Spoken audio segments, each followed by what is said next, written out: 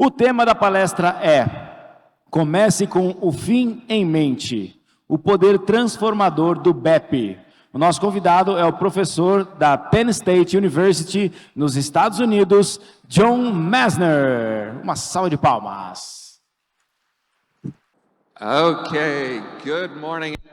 Muito bem, bom dia para todos. Bom, é muito bom voltar aqui ao Brasil. Eu agradeço pelo convite para poder estar aqui no fórum, no BIM Fórum. E muito obrigada a todos vocês também que estão aqui participando deste evento. Bom, eu sou John Messner, eu sou professor na Penn State University. Eu estou muito feliz de estar aqui hoje para poder falar sobre o planejamento de execução do BEP. E esperamos que possamos usar isso cada vez mais em nossos projetos e também em tudo que nós trabalhemos. Vamos começar com uma reflexão. É muito bom voltar aqui ao Brasil. Na última vez em que eu estive aqui foi em 2012. Foi para o seminário do BIM que foi realizado aqui em São Paulo. E muita coisa mudou desde então. E muita coisa também mudou aqui no Brasil e também na implementação do BIM em todo o mundo, desde aquele momento. Para falar um pouquinho de mim, eu utilizo 3 chapéus. Um deles é como acadêmico. Então, eu vou falar para vocês um pouco de algumas da parte de pesquisa que eu tenho feito nesse lado. Outro chapéu que me ajuda muito na implementação do BIM em projetos reais, como consultor. E, finalmente, eu também desempenho vários papéis em ajudar ao desenvolvimento de normas para melhorar a forma como nós adotamos o BIM em nossos projetos. Então, no lado acadêmico, eu tive a oportunidade de supervisionar o programa de desenvolvimento do BIM na Penn State. Isso tem sido realizado há 25 anos, vendo como nós podemos alavancar o uso de tecnologia para melhorar a forma como nós projetamos e também operamos as nossas instalações. Como consultor industrial, eu desempenho um grande papel no desenvolvimento e implementação da nossa estratégia de BIM na nossa universidade, que é a Penn State University. Se vocês não conhecem essa universidade, nós somos uma instituição muito grande nos Estados Unidos. Fica no estado da Pensilvânia. Eu venho do campus principal, onde nós temos 45 mil alunos. E também temos mais de 100 edifícios nesse campus. Então, um dos objetivos em utilizar o BIM é melhorar a forma como nós trabalhamos, principalmente na operação dos nossos projetos. Do ponto de vista de normas, eu sou o presidente da ação de desenvolvimento de normas para o BIM nos Estados Unidos. Nós estamos na versão 3 da publicação que foi feita nos Estados Unidos. E no último ano nós trabalhamos na sua atualização, então agora passou para a versão 4. Eu gostaria de começar falando principalmente dessa premissa básica. Gerenciar as informações estruturadas dos nossos projetos e também dentro das nossas empresas é absolutamente importante para o nosso sucesso. Então, vamos passar a uma reflexão sobre a história e o que nós temos feito desde o passado. Na minha jornada com o BIM, isso começou muito tempo atrás. A minha jornada no BIM, no planejamento de execução, começou em 2007. Naquela época, eu estava tomando café com uma pessoa da administração e estavam tentando desenvolver instalações para o campus. E ele me perguntou: nós sabemos que nós queremos adotar alguma coisa importante para esse projeto, mas não temos certeza de como começar e também não temos certeza de como fazer o planejamento, de como utilizar o BIM nessa estratégia. E nós tivemos que responder algumas questões importantes. Qual é a proposta de valor do BIM para esse projeto? Que atividades podem se beneficiar mais com o uso do BIM? E como nós deveríamos implementar o BIM de forma bem-sucedida? Perdemos o áudio na cabine de interpretação. Estamos sem áudio na cabine de interpretação.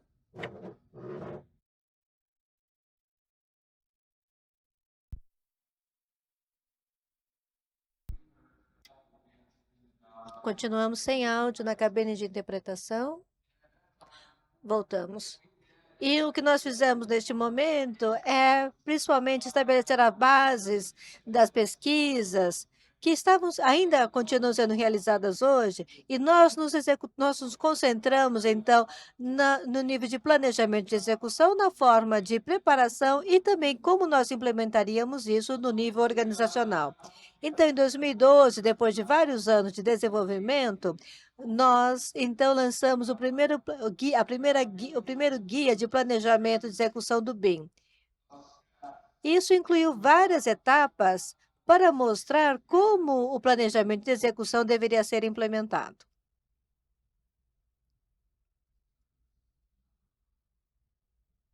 O passador não está funcionando?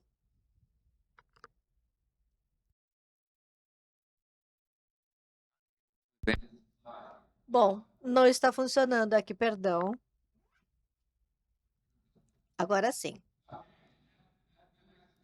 Bom, então, esse BEP estabeleceu 5 etapas muito claramente para fazer a implementação do BIM em um projeto, ou seja, mostrando como planejar a execução do BIM. A primeira etapa nesse processo era avaliar o porquê. Por que você quer implementar o BIM no projeto? E assim, analisar os objetivos do projeto e verificar qual seria o valor que seria agregado você utilizando o BIM. Esse é um template novo que nós estamos utilizando na versão 4 desse guia. Isso de acordo com as normas de BIM. A segunda etapa seria avaliar como identificar os casos de uso. Grande parte deles tem a ver com uma coordenação tridimensional e como fazer o projeto estrutural e a sua implementação em planejamento e também utilizar as informações para poder avaliar todo o projeto.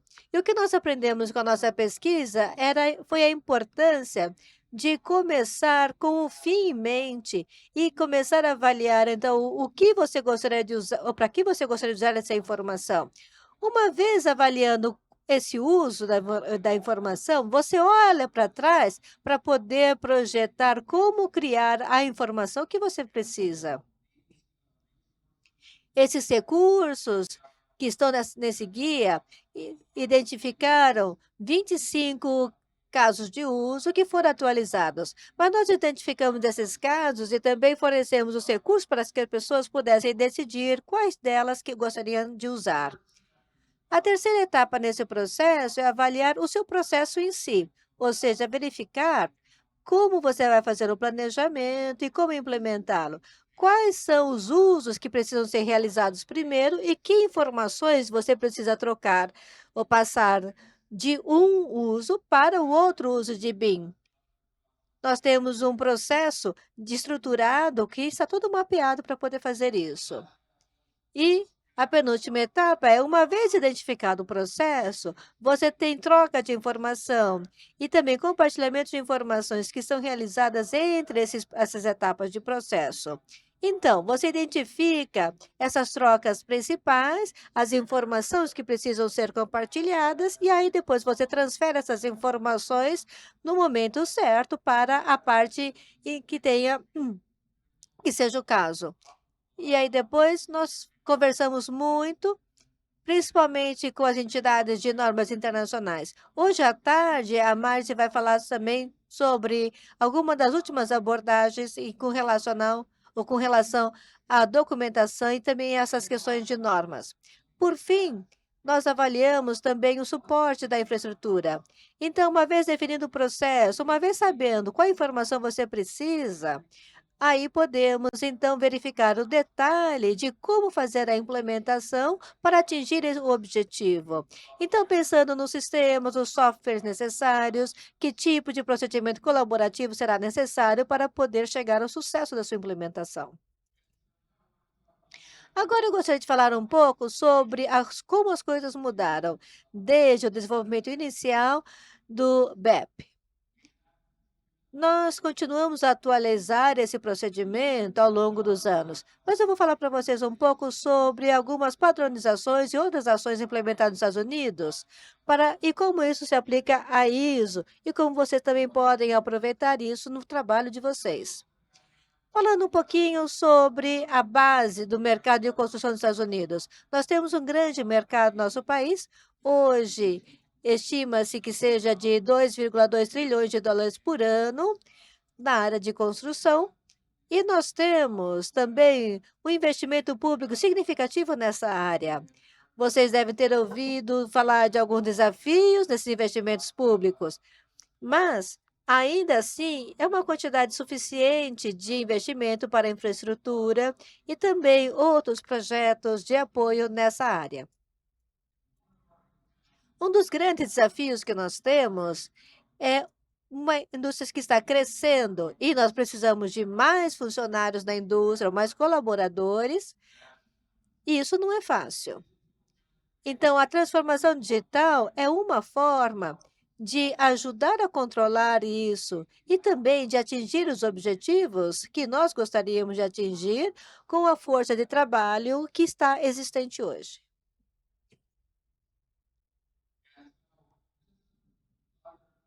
Vamos falar sobre alguns outros aspectos importantes dessa indústria nos Estados Unidos. Nós temos um alto nível de adoção do BIM, principalmente em projetos mais complexos ou também grandes. Nós temos um alto nível de adoção do BIM, principalmente no projeto de construção. Mas também nós temos também uma indústria de construção de arranha-céus bastante grande que também adotou o BIM e passou pela sua curva de aprendizagem também. Mas as coisas estão mudando no setor de vias públicas e isso começou também a aumentar o seu uso. E também, no geral, houve uma adoção em geral que varia e o ciclo de um projeto é bem diferente em vários setores. Então, essa adoção varia de acordo com o tipo de projeto. Isso vai depender também do tipo de informações que podem ser alavancadas.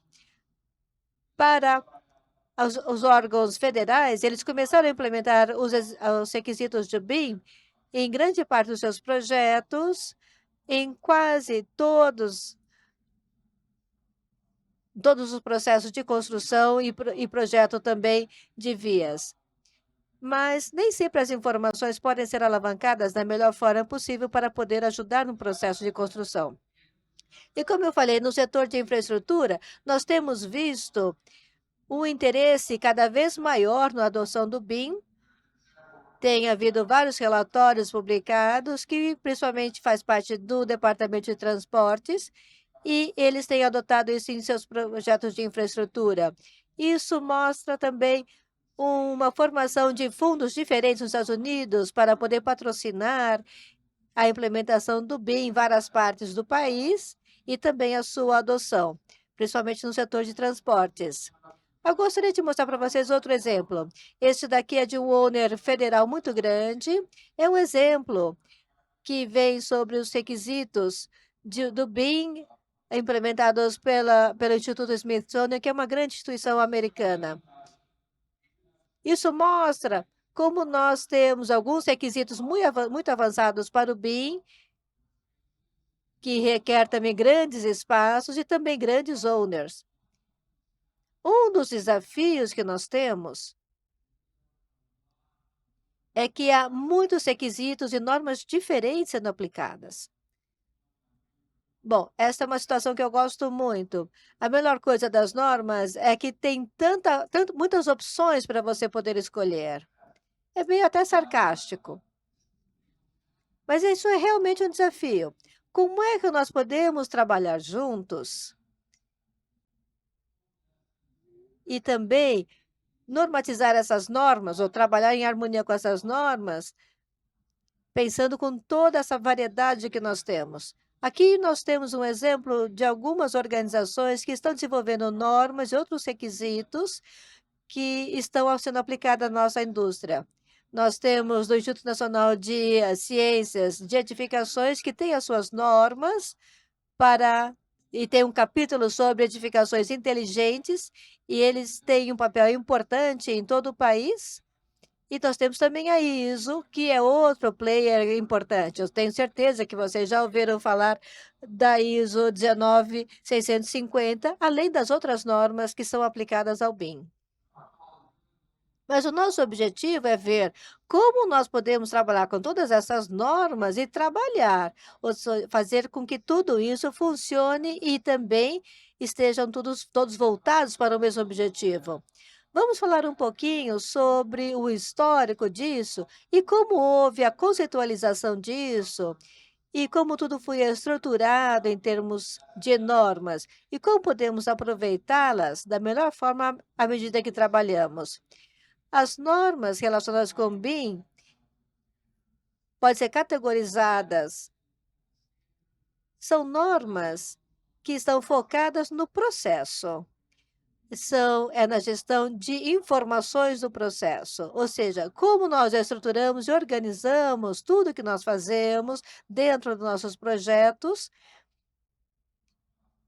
e também em nossos processos. O segundo elemento é ver o produto, ou seja, a informação. Então, qual é a informação? Qual é a estrutura dessa informação? Para que ela é esquematizada? E o que é que precisa conter? Então, ao analisar essas duas grandes categorias de normas, ou seja, normas voltadas para processos e para produtos, nós podemos vir para esses níveis de normas. Então, sempre que possível, queremos sempre utilizar o melhor que há nas normas internacionais que facilitam o nosso trabalho em todo o mundo. E ao analisar as normas nacionais, nós temos a ISO, também temos a Building Smart, que são duas entidades importantes que criaram suas normas. Não são abrangentes, com certeza, mas também temos outras normas americanas, temos o Instituto Nacional de Ciências de Edificações, que também tem outras normas, o BIMFórum, que também tem outras, tem outras especificações, e a ASHRAE, e também outras instituições como a CSI. Depois nós temos diferentes programas ou projetos que também implementam requisitos. Isso tem a ver com o Instituto Smithsonian, ou seja, que desenvolveram requisitos muito específicos para os seus projetos. A Penn State também tem outros que eu vou mostrar para vocês. Nós temos também esses requisitos muito específicos para o BIM, que é adotado em nossos projetos.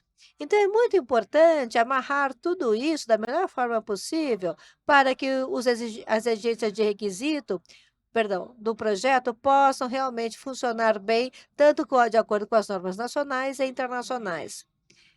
Nós temos dois eixos diferentes aqui. Nós temos as normas de gestão de informações internacionais e as nacionais, que atuam em três níveis. Aqui nós temos um resumo de como nós vemos essas normas e como elas podem funcionar juntas. Então, nós temos a ISO 19650, que de longe é a norma de gestão de informações mais conhecida e adotada em todo o mundo. E também, na troca de informações, nós temos as classes de troca de informações e também temos as normas de informações necessárias e outras normas focadas em como nós documentamos diferentes trocas de informações que nós temos. Ao traduzir isso para normas nacionais nos Estados Unidos, nós temos o nosso Instituto de Ciências de Edificações. Nós vamos falar um pouquinho mais sobre as suas normas, porque elas estão muito envolvidas ou estão muito utilizadas nos últimos anos. E também há outras normas personalizadas de acordo com o mercado. E nós temos algumas ações que estão sendo lideradas por algumas instituições e também nós temos outras que estão em todas as partes. Então, os owners federais têm alguns requisitos específicos, nós temos outros conjuntos de normas que afetam contratos, como também a Sociedade Americana de Contratos, que também tem seus requisitos específicos. Então, esses requisitos específicos foram desenvolvidos para projetos ou programas de certas organizações. E o objetivo aqui é que os nossos programas possam alavancar nossas normas nacionais e nossas normas nacionais possam alavancar as internacionais. Então, aqui eu vou destacar duas, e uma é a ISO 19650, e quando nós olhamos essa norma ISO, nós vemos que é uma norma internacional para aqueles que não conhecem bem. Nós temos várias partes aqui dentro da ISO 19650. Eu coloquei aqui no mapa somente aqui os 8 principais definidos na parte 2 da ISO, e que temos muitas informações, gestão de informações também durante o ciclo de vida de um projeto. Então, aqui nós estamos falando aqui com a avaliação dos dados para planejar a compra também e a gestão dos dados, e para que nós pensemos também na estratégia e nos métodos de dados para que produzamos os dados para que nós possamos retorná-los ao dono, ao proprietário. E ele tem muitos detalhes, inclusive, sobre todos esses passos e o que você tem que fazer em cada uma das etapas. E eu menciono porque vamos falar agora das normas BIM nacionais lá nos Estados Unidos, que é uma das normas que tem várias partes também. Essa é a versão 3. E um dos nossos desafios aqui na versão 3 é que nós tínhamos muitos capítulos e partes e versões. Mas algumas pessoas queriam fazer uma coisa e algumas estavam fazendo até com a ISO 19650 e com a nossa norma nacional de BIM, eles queriam assim juntá-las para a versão 3 da versão nacional dos Estados Unidos para a norma BIM. Mas essa não é uma maneira boa de definir as duas normas.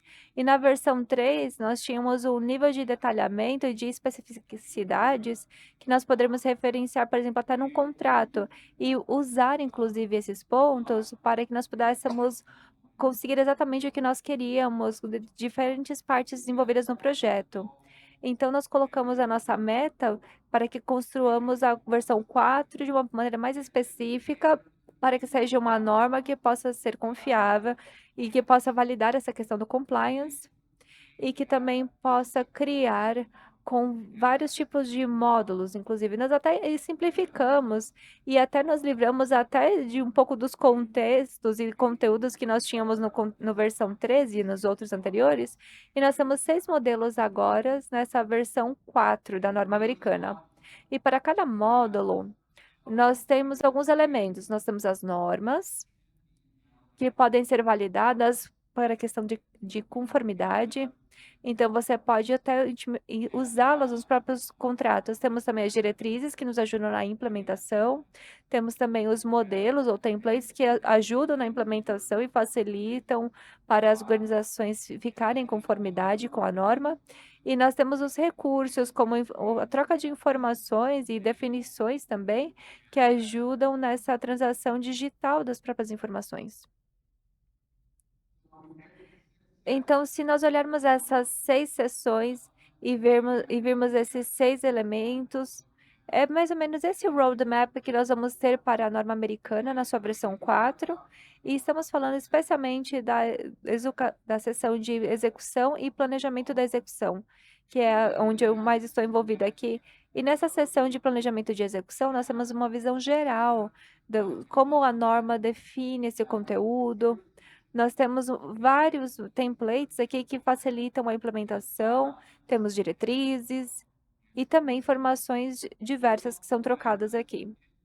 Então, aqui, nós temos aqui no processo da ISO 19650, nós vemos como ele nos ajuda no apoio a esse processo. E começamos bem cedo, já com o próprio proprietário, que cria os projetos de execução, planejamento, e com todos os projetos que eles têm em mãos, e nós temos um projeto específico onde nós colocamos aqui um template do que eles querem, do que eles desejam, desses provedores de soluções sobre esse projeto em específico, por exemplo. E aí nós temos aqui as propostas nesse processo de licitação de diferentes pessoas aqui. Então, os projetistas, os empreiteiros também. Então, nós vamos depois entregar aqui esse processo colaborativo, onde nós temos todos os projetos aqui do planejamento e de execução do BIM. Então, aqui é o que nós colocamos na nossa quarta versão, quando se fala da norma de planejamento de execução. E começamos a fazer aqui, basicamente, como uma descrição sobre aquela norma, e agora está tudo disponibilizado online, em formato eletrônico, em vez de um PDF. Então, agora vocês podem ver o que está na norma e como nós definimos também o processo de planejamento de execução, que nós temos aqui esses 3 estados-chave aqui, onde essas propriedades eles vão ter, por exemplo, o conteúdo de planejamento de execução de BIM, onde nós temos aqui o nível de detalhamento proposto e também todo o projeto, inclusive o planejamento dessa execução do projeto. E nós definimos cada uma das categorias de informação também, até a especificação do que é necessário, do que é opcional, do que é obrigatório em cada uma das categorias. Isso nos permite, inclusive, a usar essa informação de uma em nossos contratos, dizendo assim, eu quero um planejamento de execução de BIM que seja conforme com a norma americana de BIMs, com todos os elementos requisitos e esses outros aqui que são opcionais. Então, isso permite que os proprietários possam especificar os requisitos com facilidade. Então, alguns talvez de vocês estejam já familiarizados com o nosso guia de planejamento de execução de BIM. Nós até o melhoramos e o incorporamos à norma como se fosse uma diretriz. E nós fizemos algumas alterações e simplificamos, inclusive, alguns elementos, além de esclarecer como podemos usar em cada um dos níveis de detalhamento a cada uma dessas diretrizes. E nós temos também os recursos que estão disponíveis para baixar gratuitamente, como, por exemplo, nosso novo template de planejamento e execução de BIM, que agora é um formato de planilha, onde nós podemos utilizá-lo para criar todos esses planos de execução de BIM para o projeto, e também temos outros tipos de informações disponíveis, como as tabelas de elementos, aqui onde nós podemos facilitar a troca de informação também durante o projeto, e diferentes mapas de processos de BIM. E dentro da norma americana, nós também atualizamos a nossa lista de usos de BIM. Nós tínhamos mais ou menos uns 25, e aí nós notamos que o número de nós tínhamos não era realmente utilizado plenamente, então nós reduzimos a lista para que nós víssemos somente aqueles casos de maior valor e quais são mais usados nos projetos. Então, não é exatamente muito abrangente, mas aqui é o que estão as normas de usos de BIM e os casos de BIM que nós realmente queremos aplicar. E aqui nós também colocamos algumas definições mais refinadas para cada um deles. E nessa norma americana, entre a versão 3 e 4, nós de fato colocamos algumas diferenciações entre elas. Primeiro, nós temos os diferentes estágios do planejamento, do desenvolvimento do planejamento e de execução de BIM. Então, nós refinamos também as definições de BIM e expandimos e revisamos algumas seções de planejamento e de execução de BIM e colocamos, inclusive, aqui um cadastro, que é um tipo de documento que nós já temos, inclusive na própria ISO 19650. Também melhoramos a estrutura, a maneira como construímos e como usamos esses casos de BIM em todos os projetos, e também colocamos alguns templates para o plano de execução de BIM e também ao nosso próprio mapeamento do processo. Então, houve muitas alterações de fato. E estamos falando agora de como estamos utilizando esses recursos até dentro da nossa instituição, na Universidade de Penn State. E aqui eu peguei uma apresentação de alguns dos nossos dos que adotaram esse BIM, por exemplo, os líderes de projetos, como eles usam em seus projetos. Então, nós vamos passar rapidinho por esse conteúdo, só para mostrar-lhes um pouco do que fazemos lá. Mas esse aqui é o slide de abertura da apresentação deles. Não tem a ver com o BIM. Para nós, na Penn State University, não tem a ver com o dinheiro que nós colocamos no BIM, ou o proprietário que tem um grande campus. Na verdade, nós já temos 21 campuses, inclusive, lá. E esse é o maior de todos na Penn University. O que nós colocamos aqui é o que nós atingimos em termos de eficiência, de alta qualidade, produtos de construção de alta qualidade, ao passo que nós utilizamos BIM. Então, é disso que se trata. Então, aqui temos muitas carvas. Aqui eu não vou me deter muito nos detalhes aqui, mas o que nós estamos tentando é evitando a perda de informações ao longo das diversas etapas de entrega do projeto e da forma como nós podemos melhor utilizar essa informação ao passo que passamos a informação adiante. E nós temos também os principais entregáveis no plano de execução aqui de BIM, especialmente aqueles que são os entregáveis iniciais.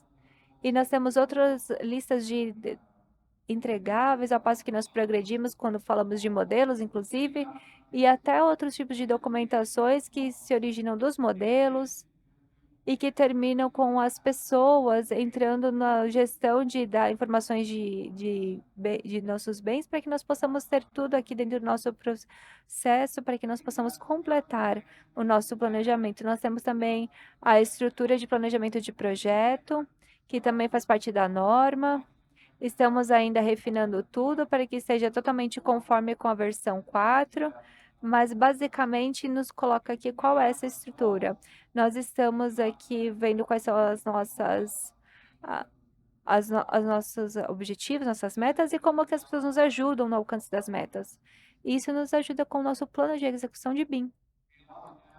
Nós também mapeamos onde que nós queremos que tudo esteja, quais são os nossos marcos principais, quais são os entregáveis em cada uma das etapas do processo de planejamento de execução de BIM. E, recentemente, nós melhoramos a visualização das normas. Como nós queremos melhorar essa visualização dos modelos em diferentes reuniões para tomar melhores decisões ao longo do nosso processo. Nós temos também um laboratório imersivo de construção, que faz parte do nosso grupo de trabalho. Anos atrás, nós temos agora um novo laboratório, um novo prédio onde colocamos essa instalação. Então, esse laboratório de construção nos ajuda a visualizar e andar nos nossos projetos, digamos, em vários estágios da nossa construção, ou até da parte do projeto, da própria construção dentro da universidade. E nós fazemos muitas coisas lá, como, por exemplo, nós temos os planos estabelecidos lá, as discussões, como queremos que as coisas aconteçam. E nós colocamos os proprietários e os gerentes das instalações e todo o pessoal dentro das reuniões para que nós possamos entrar nesses projetos e entender como que nós vamos desenvolver esses processos antes mesmo de começar a construir o que vamos construir. Nós também temos vários tipos de visualização. Essas são aquelas em formato 3D. Então, nós temos os modelos aqui mostrados na tela. E nós temos também a coordenação de 3D aqui em todos os nossos projetos. Aqui o pessoal da nossa equipe também tem a propriedade até o final da entrega do projeto. E nós temos também os empreiteiros e projetistas. Eles fazem as verificações de modelagem para garantir que todos os elementos nos modelos tem os parâmetros de projeto definidos corretamente e nós queremos refletir isso apropriadamente nos nossos modelos. E também temos outras representações de visualizações que nós temos aqui, por exemplo, esses planos de blocos em 2D, os esquemas 3D também, que nos mostram as diferentes categorias de informação que as pessoas inserem nos nossos modelos. E o que nós queremos focar quanto ao futuro é realmente ver como criar esses modelos para que criemos um planejamento digital e também um gêmeo digital do nosso campus. Temos muitos prédios lá. Só no nosso parque do universitário nós temos mais ou menos uns 1.000 prédios e é difícil de fato manter todas as informações para todos eles. Então, o que nós fizemos no passado é ter esse gêmeo digital para que nós pudéssemos ter essa capacidade de trazer as informações e conectá-las ao nosso modelo e conectar o modelo ao mundo real. Esse é o modelo virtual que nós criamos há vários anos atrás, onde nós capturamos todo o campus. Esse modelo particular está sendo utilizado na nossa universidade e está nos ajudando a usar, por meio desse formato de software, a criar todas as informações que precisamos sobre a universidade. Então, nós conseguimos entrar ali nos prédios e nos modelos digitais. Nós colocamos aqui também nesse modelo de captura de realidade. E aqui nós podemos ver vários tipos de informações já no modelo real, incluindo, por exemplo, assim como estou mostrando aqui nas nossas linhas de serviços básicos, por exemplo, e também as nossas conexões entre os sinais, as placas de trânsito. E aqui nós temos os gêmeos digitais, por exemplo. Esse é um ótimo tópico para se discutir lá, porque nós realmente queremos entender como que nós vamos gerenciar essas informações e a integração dos dados, e uma integração realmente representa um problema para nós a esse nível, porque nós estamos falando de um campus desse tamanho todo. Então, esses são os sistemas que nós usamos nas nossas operações de construção, de projeto, e aqui é onde nós queremos reunir todos os elementos necessários. E eu gostaria de terminar agora a minha apresentação pensando assim sobre onde nós estamos na nossa jornada de transformação digital e compartilhar um ou dois recursos aqui que talvez vocês achem que sejam úteis. Então, um que nós criamos aqui faz um tempinho já, esse guia de planejamento para os proprietários de instalações e que ajuda que as pessoas definam exatamente onde elas estão na sua jornada para a adoção do BIM e também estabelecer metas para onde eles gostariam de ir ou chegar em sua jornada. Está totalmente disponibilizada na internet de maneira gratuita. Também temos o projeto aqui, e foi feito com o Instituto de Construção Civil e Projeto. E aqui nós temos um modelo centrado no base de dados, e nós temos vários sócios, por exemplo, vários parceiros. Então, nós gostaríamos de colocar tudo aqui nesse modelo que é centrado em dados, para que nós pudéssemos melhorar os modelos. E isso nos ajuda a identificar os documentos, para que nós saibamos como organização onde que nós estamos nessa estratégia digital e na nossa jornada de transformação. Temos muitos recursos já publicados em nossa página web, e eu gostaria de incentivar que todos vocês analisem os recursos e possam olhar os nossos materiais de treinamento, nossos guias. Temos também os programas de treinamento disponíveis online também. Então, um dos meus chapéus aqui é que realmente é ser um acadêmico. E aí eu tenho que sempre fazer minha lição de casa como dono desse papel. E essa é a lição de casa que agora eu dou para vocês depois dessas sessões. Uma é revisar. Nos seus projetos, como vocês estão colocando esses planos de execução de BIM? Vocês poderiam talvez alavancar alguns desses recursos para que nós possamos apoiar mais plenamente o projeto? E o segundo ponto, se você for um proprietário e você tem os requisitos de BIM, eu gostaria que vocês analisassem como vocês podem manter e melhorar esses requisitos ao longo do projeto. Terceiro, considerem também como vocês podem alavancar esse uso do BIM em toda a sua organização e o que precisa acontecer para que você possa chegar no próximo patamar nessa sua jornada. E por último, gostaria de animar a todos a se envolverem nesses esforços de padronização. Foi muito útil, inclusive para mim, e algo muito recompensador, inclusive estar participando em algum desses processos de normas, aprendendo de outras pessoas que têm tanto conhecimento que nesses tópicos, nessas áreas, e que nós possamos melhorar o que até nós fazíamos na própria Penn State University, na nossa academia, nos projetos, inclusive, que entregamos. Então, gostaria de também agradecer alguns dos nossos parceiros e patrocinadores. Boa sorte para todos na sua jornada de transformação digital. Muito obrigado.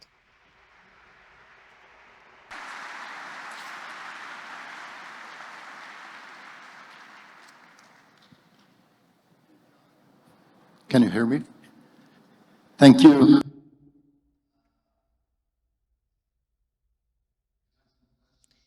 Obrigado. Nós temos algumas perguntas. Vamos ver, nós temos 5 minutos. É claro que o BEP tem uma grande contribuição para a divulgação do BIM em todo o mundo e aqui também no Brasil.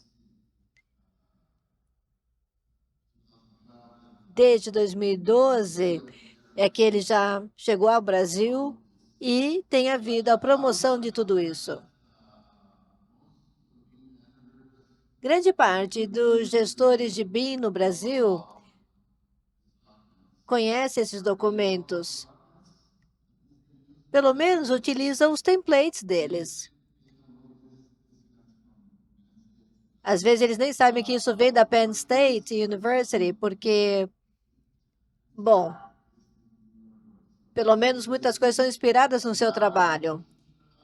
E agora nós estamos, então, trabalhando na ISO 19650. Essa norma agora já foi traduzida para o português.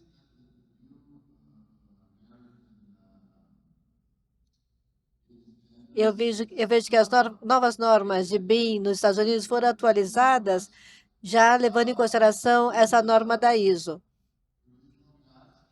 Mas os guias originais de planejamento que estão disponíveis no site da Penn State estão atualizados ou é necessário pedir separadamente? Excelente pergunta. É somente para esclarecer. Nós temos uma versão 3 do BEP, que já está no nosso guia. Ele está no site, mas houve algumas atualizações a esse documento. E há também uma seção das diretrizes nesse guia. Então, se você pode baixar a versão 3 dele, mas houve algumas atualizações que já estão na seção de diretrizes do Documento Nacional de BIM.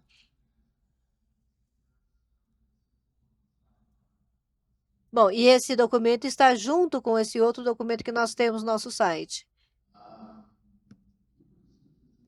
As pessoas estão com muito interesse no BIM nos Estados Unidos. Eles querem saber sobre o uso de BIM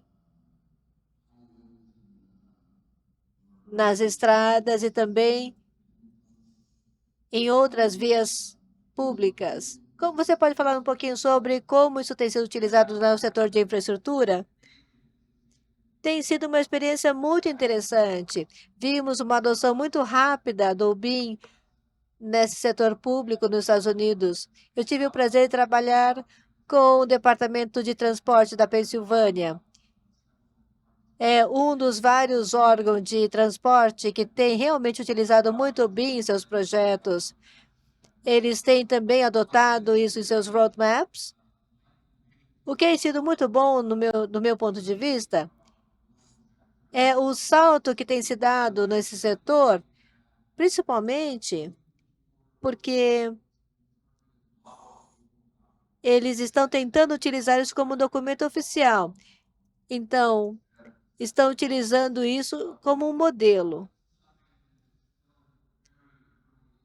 Ainda estamos nas primeiras fases desse uso. Então, eles estão desenvolvendo também o modelo de IFC de uma ponte e estão também preparando materiais ou documentos, não é necessariamente documentos, mas sim o conteúdo que vai nas licitações já prevê esse modelo do BIM. Então, todos os tipos de validação, treinamento, etc., em que estão sendo adotadas como práticas, já estão sendo adotadas segundo o BIM. Então, ainda não chegamos ali no seu uso, mas cada vez mais tem havido requisitos que estão sendo espelhados no BIM, e principalmente nos projetos de construção de pontes e estradas nos Estados Unidos. Tem uma pergunta, que é a última, sobre como equilibrar os diferentes níveis de maturidade das partes interessadas em um projeto. Eu sei que esse guia realmente é importante antes de você começar a trabalhar em qualquer projeto que tenha bem envolvido. Mas, como nós temos diferentes níveis de maturidade, como nós podemos equilibrar isso? É o nível de maturidade em relação à adoção do BIM. É que eu não entendi completamente. Ou seja, a experiência que as diferentes partes interessadas têm em utilizar o BIM. Porque, às vezes, algumas partes interessadas não conhecem muito bem o BIM, enquanto outras já têm muito boa experiência em o seu uso. Eu acho que o que é importante é envolver, nesse caso, a ISO 19650 e também utilizar o guia do BEP. Então, se são algumas informações são realmente necessárias, então é preciso treinar essas pessoas e também desenvolver rapidamente essas habilidades nessas partes interessadas. E outra coisa também é desenhar o processo com esses players que já têm a experiência nesse projeto, no BIM, por exemplo. Então, se você tiver diferentes pessoas no processo e com diferentes níveis de experiência com o BIM, essa é uma das situações que nós temos cada vez mais, e nós temos muitas pessoas participando que em excelente nível de experiência no uso do BIM, mas claramente, às vezes, você precisa mudar um pouquinho da forma como você trabalha para garantir atingir os resultados que você deseja. Muito obrigado, John. Um grande aplauso.